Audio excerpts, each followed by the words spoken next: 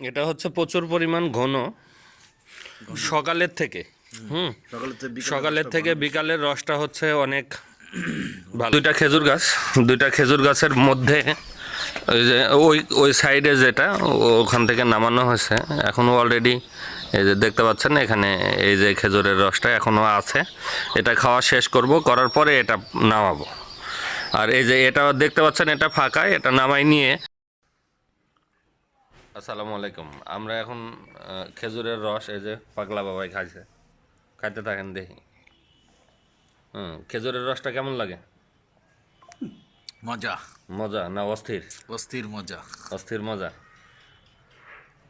এটা কিন্তু একেবারে অরিজিনাল খেজুর গাছ থেকে, সরাসরি গাছ থেকে এখন বর্তমানে একেবারে সরাসরি গাছ থেকে নামানো হয়েছে। নামানোর পরে যেখানে নামাইছি ঠিক সেই জায়গায় বসে খেজুরের রস খাচ্ছি। সরাসরি দেখাই আপনাকে, এই যে খেজুরের রসের কন্টিনিউয়ার।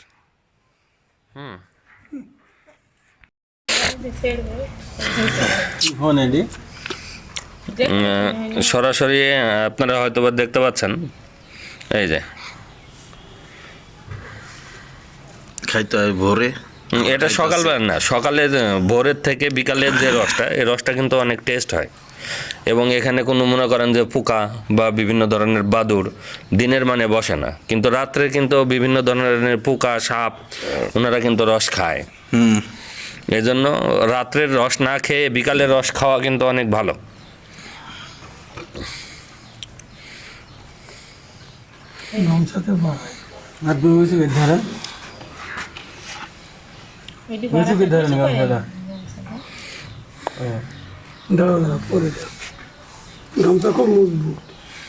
গণসূতা দেখি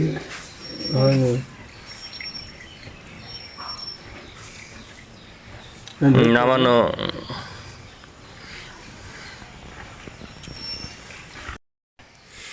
এখান থেকে যে রসটা, এই রসটা সরাসরি খেজুর গাছটা দেখায়।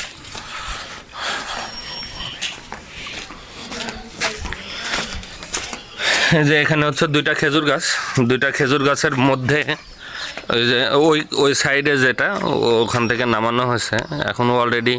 এই যে দেখতে পাচ্ছেন এখানে এই যে খেজুরের রসটা এখনও আছে, এটা খাওয়া শেষ করব, করার পরে এটা নামাবো। আর এই যে এটা দেখতে পাচ্ছেন এটা ফাঁকা, এটা নামাই নিয়ে আমরা খাচ্ছি। ঠিক আছে, থ্যাংক ইউ সবাইকে। এটা হচ্ছে প্রচুর পরিমাণ ঘন সকালের থেকে সকালের থেকে বিকালের রসটা হচ্ছে অনেক ভালো।